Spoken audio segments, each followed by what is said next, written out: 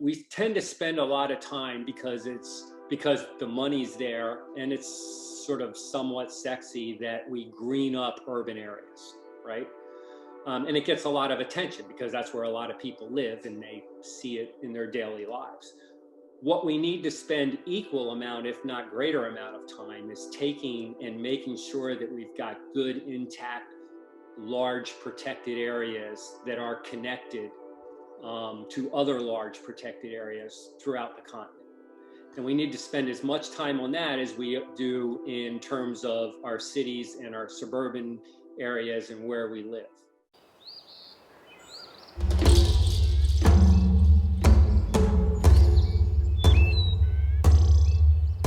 This is the Regenerative Real Estate Podcast. Revitalizing the world together.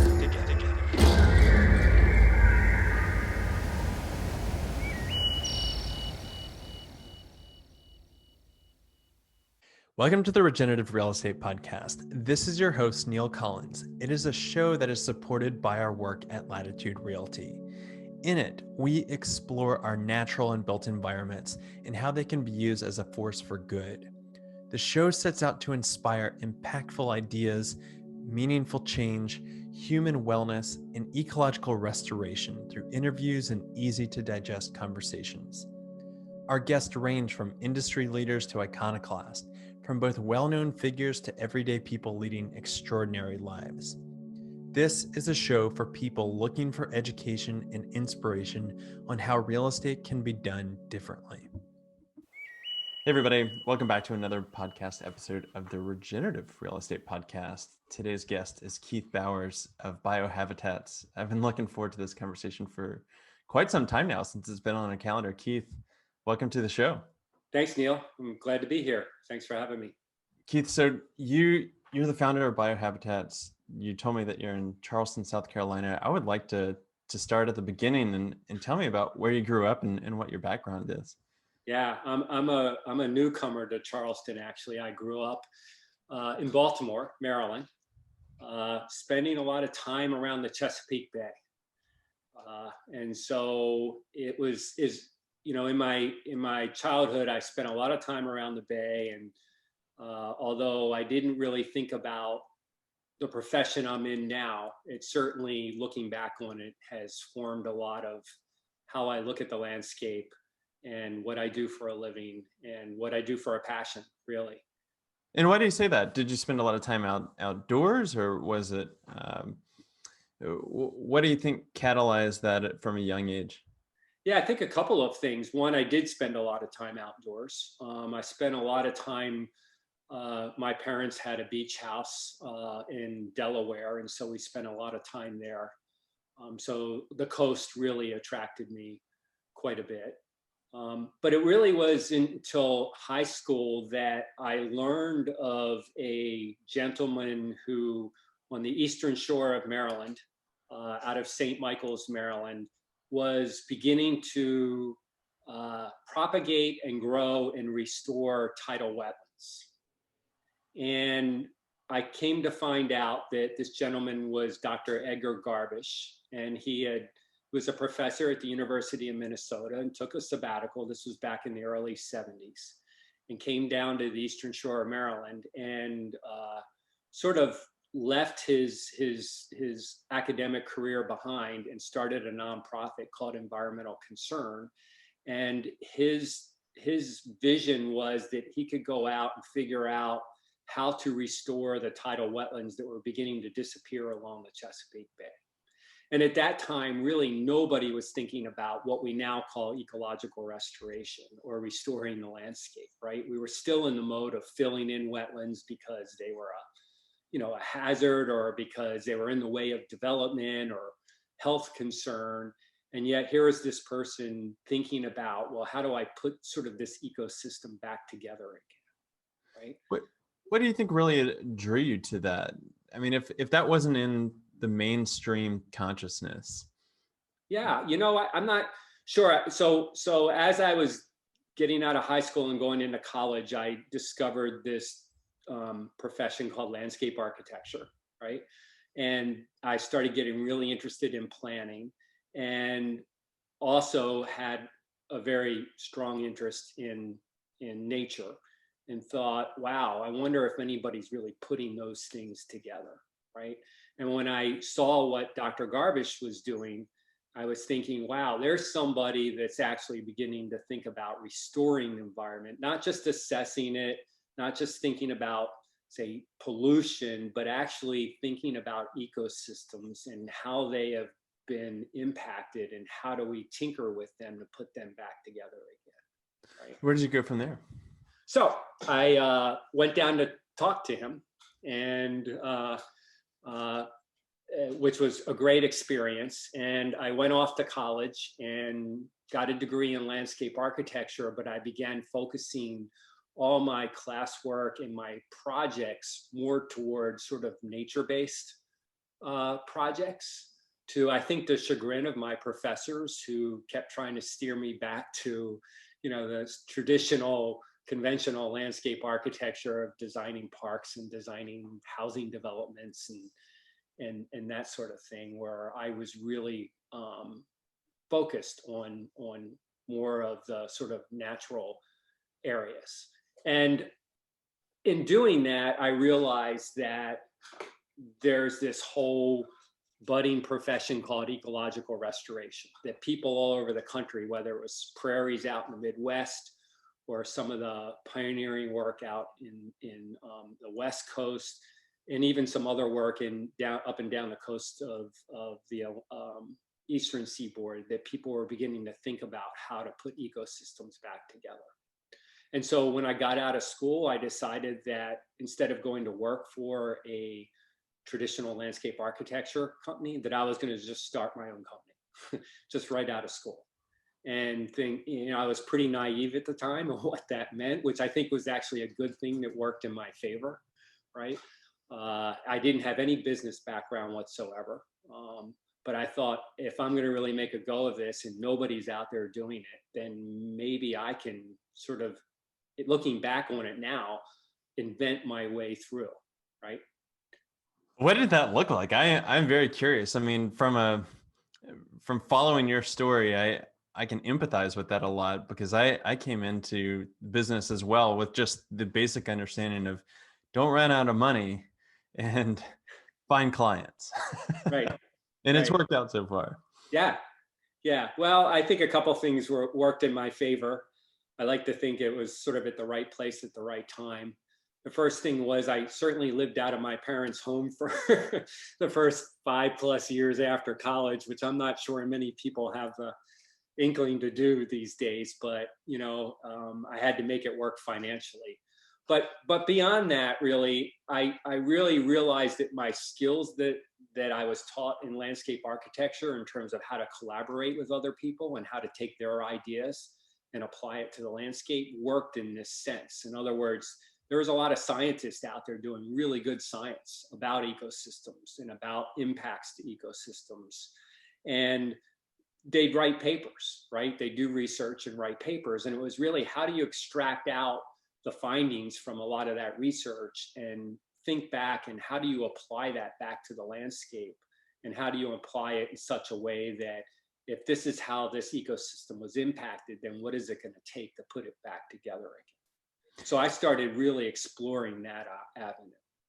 And who were your clients, and what kind of projects were you doing? I'm curious about where the funding came from for doing ecological and ecosystem restoration. Yeah. So my first 3 or 4 years out, I actually started the business with a really good friend of mine who got a degree in actually ended up in the real estate industry. But he got a degree in horticulture, and we started out, and we were doing conventional landscape architecture projects, because these kinds of projects weren't out there, right? But I always was really focused on when need emerges, I'm going to be there. And sure enough, about two or 3 years in, this was in the early 80s, Maryland passed the what they now call the Chesapeake Bay Critical Area Act, where they were recognizing that they saw a major decline in the Chesapeake Bay in terms of water quality, in terms of aquatic resources, oystering, shellfish, fish. And they basically mandated that all jurisdictions around the Chesapeake Bay develop this overlay plan to regulate how development would occur adjacent to the bay. And there weren't many firms out there that had the expertise to do that. And we kind of raised our hand and said, we can do these critical area plans, because part of it involved assessing habitat, critical habitat, and protecting wetlands and that sort of thing. So we were fortunate enough to win a bunch of a bunch of contracts to work on those. There's about 80 plus jurisdictions around the bay, and every one of them had to do this critical area plan. So we probably did about 24 of those. So that helped.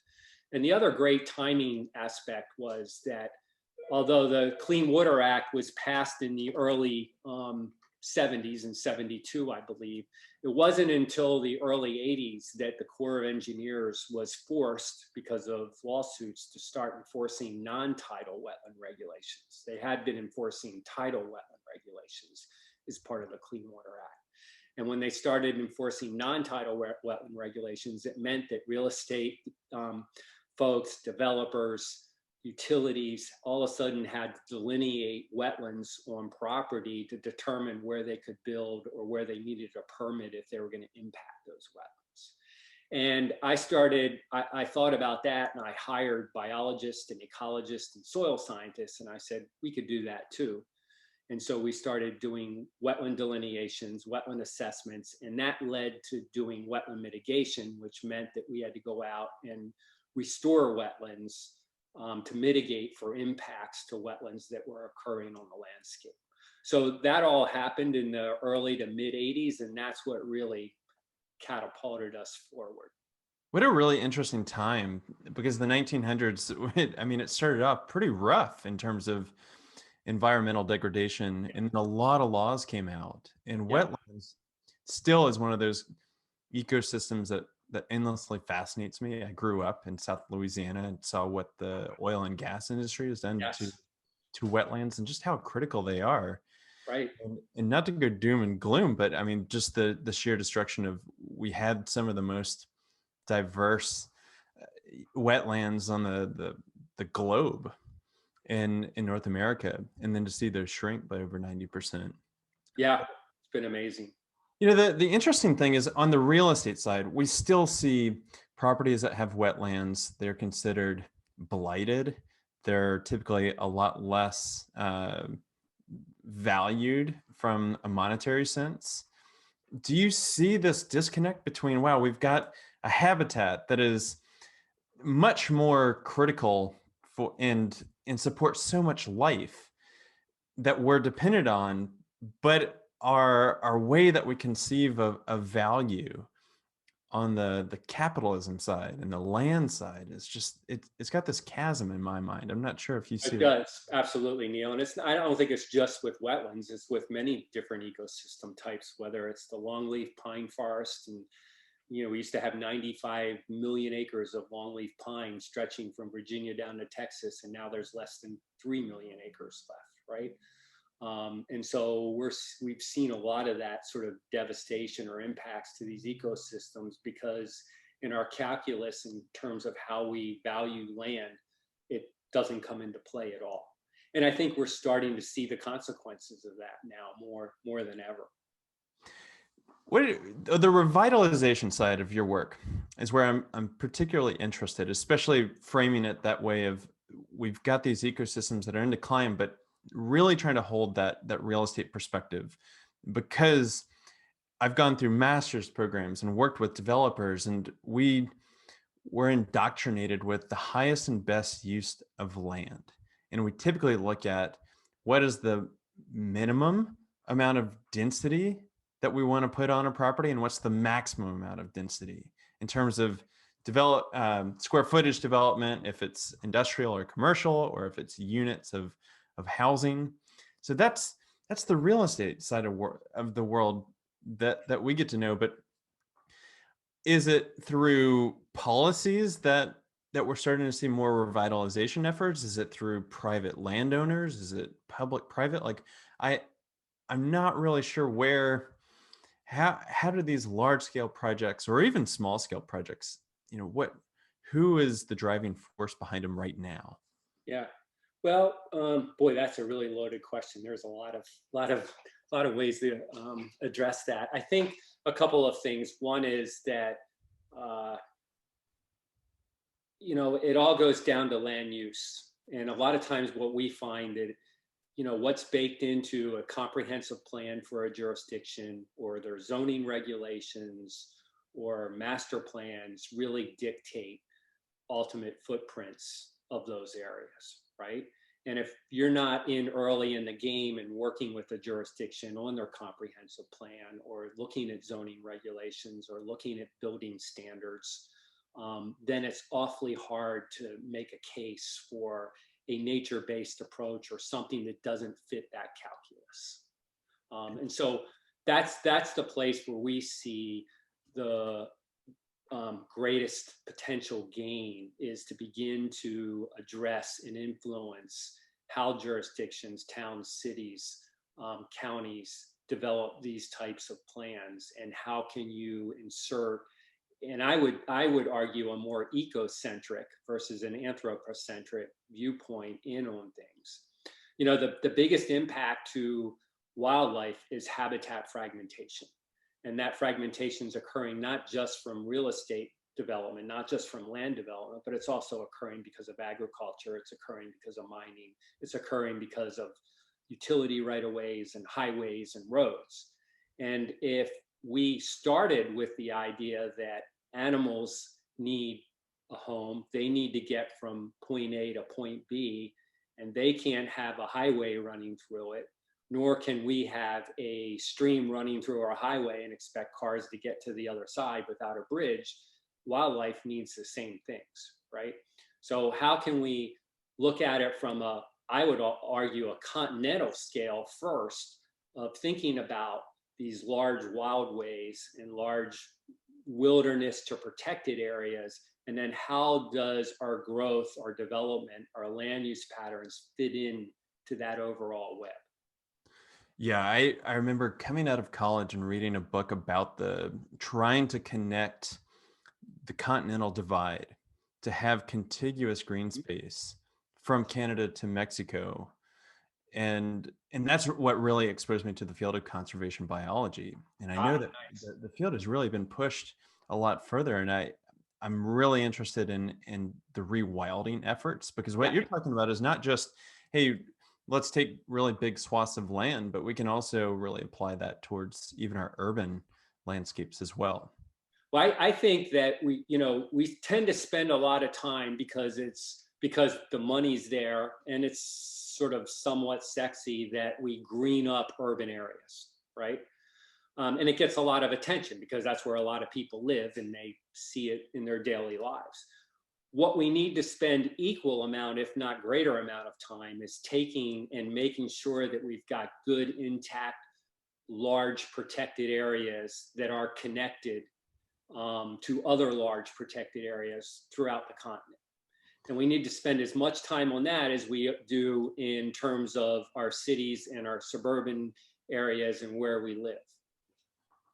I told you before we started recording that I just drove across the country twice. And one of the things that really stands out is I don't think that I saw a stretch of land that wasn't, or that was private ownership, that didn't have fences. Hmm.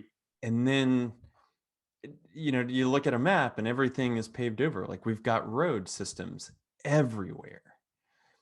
So can we even do that if with that kind of development and that kind of segregation with barbed Yeah. wire?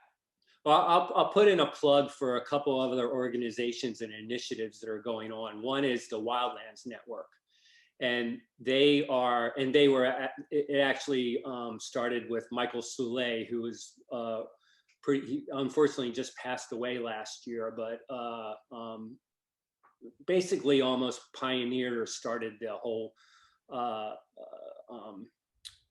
idea of conservation biology, right? And the Wildlands Network works on these continental wildways. So one is going from Alaska all the way down to Mexico, following this what they call the spine of the continent, which is the the Rocky Mountains and all the way through. Another wild way is down the East Coast, following the Appalachian Mountains and the Appalachian Trail. There's another boreal wild way that sweeps across Canada.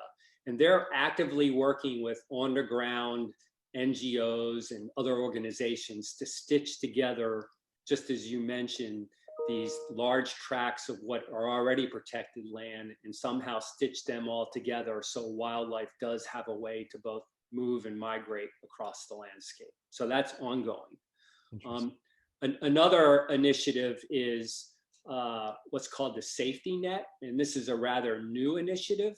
And it's about taking this idea that we are losing biodiversity at an accelerated rate. Plus we've got climate change. So we have these two huge impacts going on.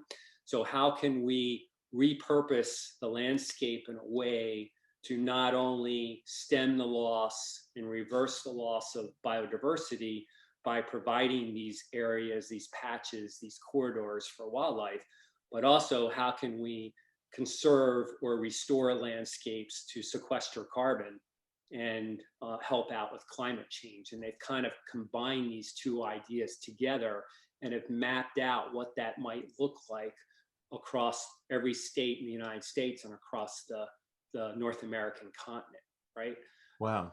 And so there are these big efforts going on, and that's really exciting. The challenge is that local jurisdictions, again, whether that's the city of Atlanta, city of Austin, city of Denver, or their suburbs, how do they connect up with, and how do they fit within the context of these larger grand visions of what the North American continent could look like in terms of accommodating wildlife, biodiversity, and helping out from a climate change perspective. Yeah, I find most municipalities have a hard time even conceiving of their watershed, Right. much less, hey, we're going to think way outside of our jurisdictions. And, if you go to a state or likely a state, I'm not sure about a national park, but you'll see signs that says a land of many uses. That is their slogan, which comes with, hey, we're going to forest, or we're going to clear cut, or we're going to at least have forestry activity on there.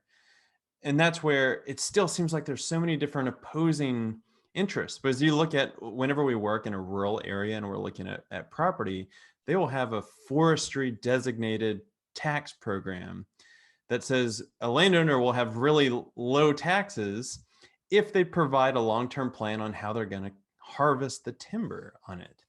And they call it timberland property and not forestry property or anything that's more ecologically based. Yes. It just seems like everybody's got different perspectives and we're getting pulled in so many different directions on that. We are, but I think we're finding, and we've been doing this now for 30 some years, we're finding more and more agreement and more willingness to think about things differently. Hey everybody, this is Neil. We are going to get back to this great conversation in just 1 second. But I think it's fair to say that right now we are facing some pretty unprecedented challenges in the 21st century.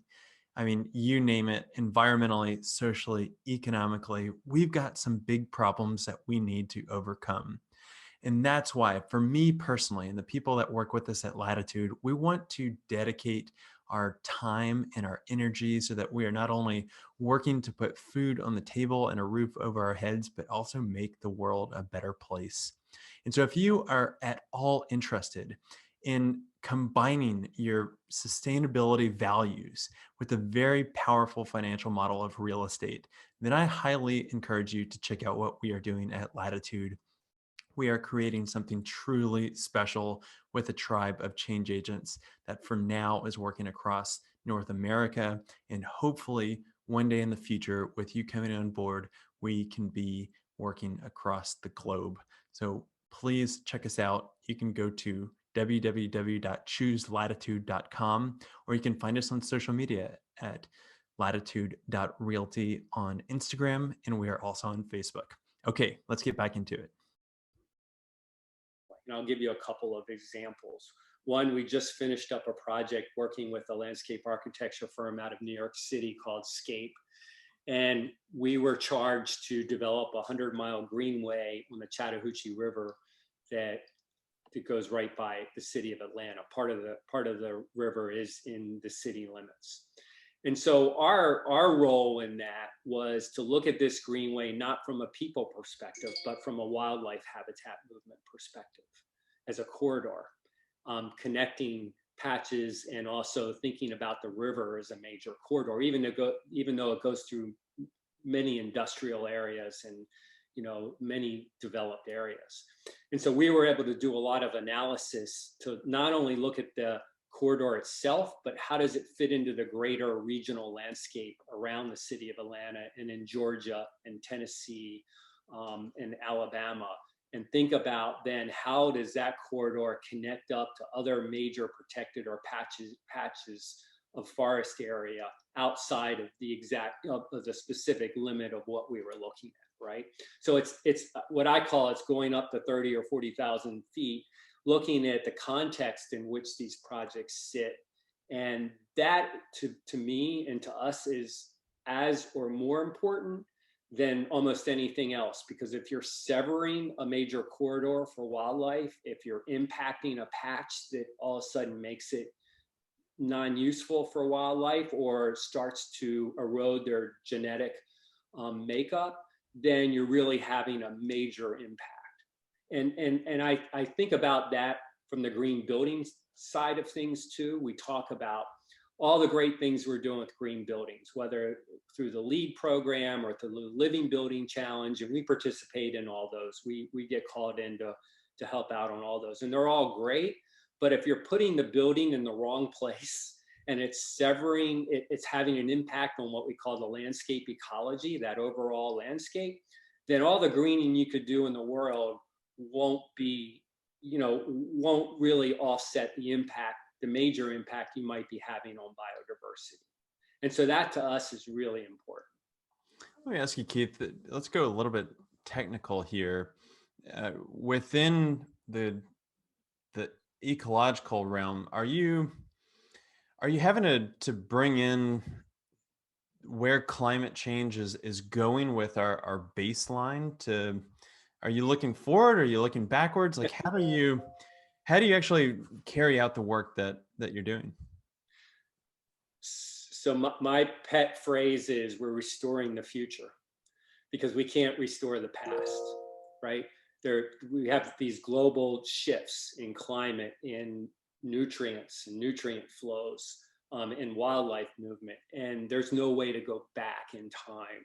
And so when we talk about ecological restoration, when I first got into this back in the late 70s and early 80s, it seemed really simple compared to where it is now, because back then we did think about what was the landscape prior to where we were. Now we don't have the luxury of thinking about that anymore because of these global and regional shifts across the world. And so we do think about how are these shifts occurring, at what time frame are they occurring. When we think about restoring, say, a longleaf pine forest or restoring a wetland, we need to be thinking about what the climate's going to be in the future. How has the hydrology across the landscape changed? How has nutrient flows changed? How can we predict or begin to think we could predict what that's going to be in the future? And then what does that mean in terms of putting that sort of ecosystem back together again? So it's pretty complicated. It is rocket science. I would say it's harder than rocket science, because ecosystems, we still don't know a lot about them. We're still learning an awful lot. And so we just have to be really humble with what we think is the right thing to do in moving forward. It seems like there's a growing perspective out there that really finds the intersection between environmental justice and social justice, that realizes that, hey, the landscapes and the ecosystems were not devoid of human intervention for a very long time, but really acknowledging the indigenous roles of landscape management. How do we how do you even account for that, of like the forest or the wetlands having been shaped over millennia by people to create the conditions that we think are just natural? There certainly are landscapes across the globe that have been shaped for thousands and thousands of years by people. However, there's also been some, it's not as clear cut as the world was shaped by people thousands of years ago. And take North America, for example. I was reading a study not too long ago because of all the fires that have happened out west. And there's been a lot of work on thinking about how often our landscape burned. And there's a lot of, people attribute a lot of that to indigenous cultures burning the landscape. And in fact, the evidence shows that a small percentage of the landscape was burned on purpose, but it was a small percentage. And so if we think that indigenous people burned vast, millions of acres of land across the country, we may be mistaken, right? So we have to put that into context, because the population back then was really low. Their ability to affect that much landscape was a lot lower because of the tools and technology they didn't have at the time, and because the populations were real low. So I think we need to be really careful about how much land was actually managed by indigenous people or cultures versus how much occurred, say, from lightning strikes or natural, right? That being said, it is a layer, and there's a whole movement within ecological restoration called traditional ecological knowledge, TEK. And how do you bring in traditional ecological knowledge, whether that's them actively managing how indigenous cultures actively manage the landscape, or just their knowledge of ecosystems after stories about that for hundreds, if not thousands of years. They've learned the landscape really well. And so the idea is, how can we learn from that traditional ecological knowledge and apply it to conditions now and where we want to be in the future? So it's a fascinating part of the whole field of ecological restoration. From a business perspective, how do you create that learning, a culture of learning, to really incorporate those perspectives? Yeah. So a couple things. I think one is that we're really multidisciplinary in our practice, where we've got landscape architects and planners and engineers, but we also have ecologists and biologists and botanists and soil scientists and fluvial geomorphologists, right? So all coming from the science background. So a lot of times we're really trying to bring the science, the latest science, into the work that we're doing, and really informing how we plan and restore the landscape. We also make it a point, a lot of the practice that we do from a restoration standpoint, we like to look at what we call reference ecosystems. In other words, are there ecosystems relatively the same that are relatively intact now and haven't been disturbed? And what kind of lessons can we learn from that? And what kind of characteristics or attributes can we take for that and apply it to how we think we may want to go about restoring a landscape, a similar landscape that's been impacted? And so whether that's going out and taking measurements, doing monitoring, whether it's talking to people that might have had a long history with that landscape, all that is sort of taken into consideration when we think about restoration. Very interesting. Do you follow much of Wes Jackson's work at the Yeah. Latitude? I mean, I think that's his book, Becoming Native to This Place, was such a seminal piece for me to really start thinking about, what does that look like? Right. And we've lost that, I think, in the culture today, right? We've lost this ability. Like, we learn about all the states in the United States in school, but we don't learn about all the ecosystems, the different ecosystems within the United States, or the ecosystem regions. We don't learn about bioregions. We don't really, what's that adage that people know more corporate brands than they know trees, right? To be able to identify trees. And it's that kind of thing. We're losing that connection to the landscape. Keith, let me ask you, from a real estate perspective, for somebody like me, for instance, if I wanted to move out of the city, and I do, and I'm finding that, hey, I can go find parcels and property that cost a lot of money, like especially on the West Coast. Just the property values are through the roof, and it doesn't matter, how good of intentions or not that you may have. You're coming up against the economics of how do I buy a piece of property and make it work financially. Do you have any advice of how you can do that with also holding more of a ecological, nature-based approach to development or to land stewardship? I don't know if I have a direct answer to that. I think in some ways because we've got private land ownership in the United States and we hold that as a pretty dear right, that obviously affects the economics of everything. And until we change that equation or somehow erode the edges in a way that makes it more both economically feasible and culturally acceptable to think about land in a different way, I'm not sure. I'm not sure I have the answer.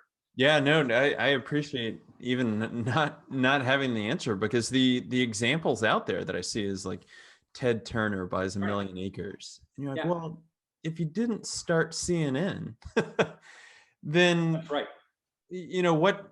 what do we have as a runway or a model that we can go forward? I think thinking about that, I think one thing that we could do, maybe, well, directly, but not necessarily going out and purchasing land ourselves, but get more active in how the National Park Service, the BLM, the National Forest Service, Fish and Wildlife Service, how they manage their lands, or how Congress appropriates protected land.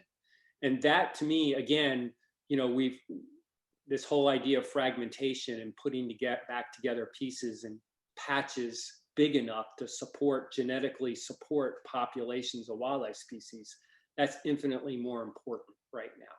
And so if we can put more pressure on our Congress women and men and House of Representatives and these agencies to be really looking forward looking in terms of doing that sort of thing, that's where we really need to be putting a lot of time and energy into, I think.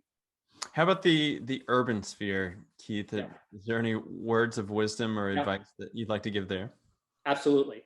So interestingly, we just finished a great project for the city of Atlanta called the Urban Ecology Framework. And they recognize that they're going to be growing in population, probably by 50% more in population within the next 20 to 30 years. And where are they going to put all these people? And we all, many of us know that have been to Atlanta. It's sort of the benchmark of urban sprawl that's happened, right? And so they're thinking, well, how can we purposefully plan for this city in the next 30 years with all, an influx of more people and population growth? And so they took this tack that they said, well, we want to work on housing, we want to work on transportation, and we want to work on ecology, which is really being sort of out there in terms of how planning departments are thinking about, their cities in the future. And so we were fortunate enough to work with them on developing this urban ecology framework that said, okay, if we've got to accommodate all these, a million more people in this city, and we've got to provide housing, and we've got to provide roads and all these other things, how can we also embed and infuse an ecological layer within that to make this a more livable, enjoyable, ecologically rich city?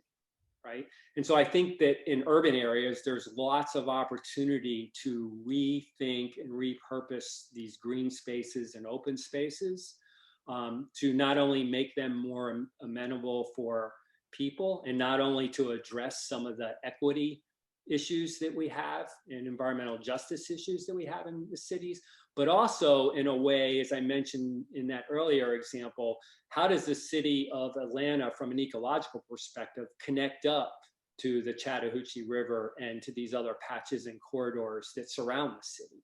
And how can we bring that into the city? right? And how can we have these sort of veins coming into the city and going back out of the city, where this whole sort of web network of ecological corridors and patches provide that. One example is street trees, right? We're now learning more and more about this idea of complete streets and lining streets with trees, but we tend to line them with trees of one species, and most likely they're not a native species. So what if we took certain roads within a city and said that's not only going to serve as a transportation corridor, it's going to serve as a wildlife corridor, and we plant different species of native trees along that corridor, both overstory and understory, and it becomes this rich mosaic of green going down this street that has all these opportunities to for songbirds, for migratory birds, for other species to migrate through the city that way, right? So there are things that we can do within the urban fabric or urban context that we already have that make them much more ecologically rich and inviting. That's great. And for the listeners that are out there that are thinking, hey, what are street trees? I encourage them to really look into it. There's an organization, at least here in our home city of Portland, Oregon, called Friends of Trees. And we installed street trees several years ago that were native to this place. And the amount of birds that have come in is incredible. And not to mention, we got rid of all our grass, and now even on our garden, on our annual plants, we're not having the problem of aphids that we had, because we've got a lot of just so many more species of bugs. That's right. And that's what they do. That's what the trees do, is they bring in a lot of these insects, and many beneficial insects that the birds feed off of and other species feed off of. And that's what we're missing. I mean, there was just a study that came out not too long ago about all the non-native plants that are being planted in the United States, and how that's now scientists are actually being able to determine that there is an impact on insects because we're planting all these non-native species, right? Yeah, I wasn't planning on going here, but one of the things that I'd love to get your perspective on is that I remember growing up as a kid, and you would take a road trip, let's say you'd go 100 miles, and you would have to stop for gas and scrape your windshield. That's right. Because of all the bugs on it. But that's right. Zero bugs on windshields now. Zero. I've noticed that, Neil. I've noticed it in my lifetime too. Exactly the same thing. Yeah, and it's pretty sad. And it almost happens. I mean, it's happening. It's accelerating now, but it's sort of over at least my lifetime happens slow enough that unless you just stop and think about it, you didn't even realize that it was occurring, but it has occurred. Yeah. Yeah, it's incredible. For the people out there that are living in suburban or even urban environments that likely are dictated by HOAs, this harkens to what you're saying about the democratic process as well. As like, we have to be getting involved, that it's not just going to happen because one person cares about it. More and more people have to start tuning in and advocating for this kind of stuff. And instead of just saying, hey, we're going to have manicured grass, here's the covenants, you got to keep it watered all year round, you got to spray your pesticides on this so that we don't have bug problems.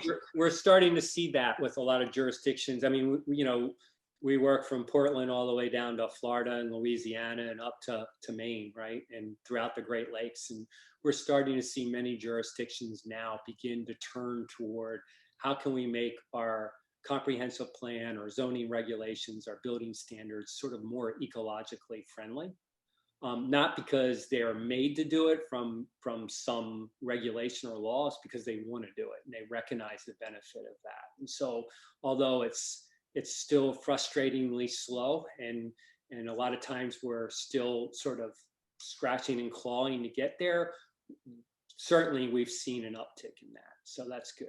Yeah, I'll mimic that just to say that the fact that I'm here talking with you is an example of, hey, we are getting supported financially by people that are tuning in and subscribing to the message of saying, hey, how do I do this on my property, or how do I live in this certain way? And And the fact that developers are also getting on board, saying, how do we Yeah, integrate nature-based approaches or edible landscaping?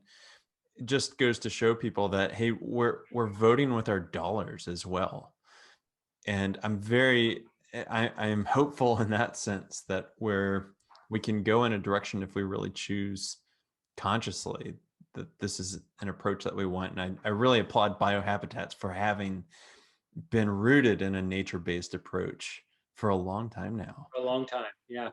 Yeah. What We can kind of laugh at some of the, buzzwords that are coming out now and that sort of thing. And it's something that we've been doing for 30 some years, but we laugh at it, but we're also really excited about it. And, hopeful that more of this is taking hold and moving forward.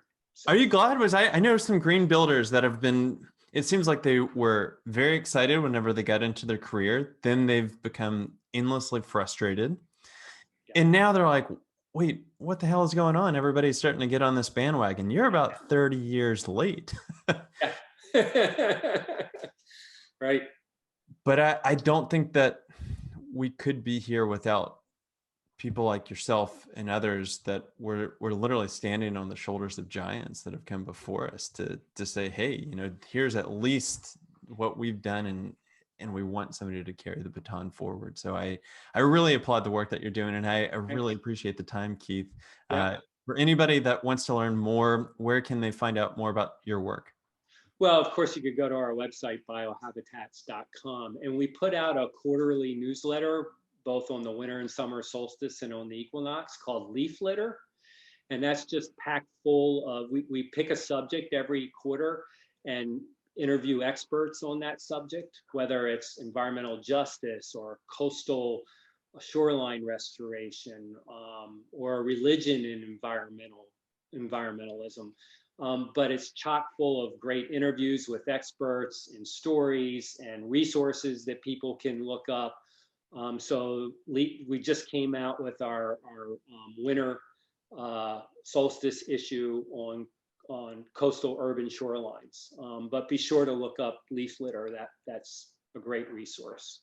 That sounds great. And I will say that the articles that you're posting on LinkedIn have been tremendous. You're one of the more active people on there that I've gotten a lot out of following. Oh, great. Thanks. Appreciate it. Yeah. Well, thanks so much, Keith. I appreciate your time. Okay, Neil. Thank you. It's great. Okay, everybody, that is a wrap. This is another just great episode that I'm so glad that you're able to tune in. And thank you for being interested in regenerative real estate. What we are trying to do is help people and planet thrive together by using the built environment as a catalyst. And so I've got a couple big asks for you. Number one is, can you please go to wherever you're listening to this podcast, leave us a rating and review. Those actually go so far. And since this is such a passion project for us, we really want to be able to attract the best thought leaders from around the world. Second is that if you really like the content that we're putting out, you can find us on our own Medium publication called Regenerative Real Estate. We also have a very active community on Facebook, which is called Regenerative Real Estate and Design, which you can request to be a part of, and we would love to have you. And third, this goes to what we do every single day, helping buyers and sellers demystify sustainability by working with people that want to either buy a property and are trying to figure out the financing of, how do I actually live out my values? How do I put that water catchment system on there? Or how do I go finance a solar panel PV array? Or maybe I want to live closer to nature. And what are the properties that are out there that I can do that? And so we represent buyers like that. We also happen to represent sellers that maybe they've already invested in sustainable features. Maybe they have a living building or a LEED certified project. We want to help tell that story.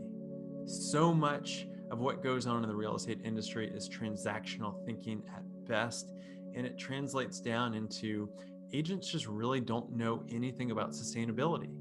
And for us, we think that the value is there, and we want to help highlight really the intrinsic value of it, not just the bedrooms and the baths and the square feet of what typical marketing goes on. So if you know of anybody that wants to buy or sell these kinds of properties that we're talking about, please reach out to us at Latitude, and be sure to subscribe for another great episode coming up next week.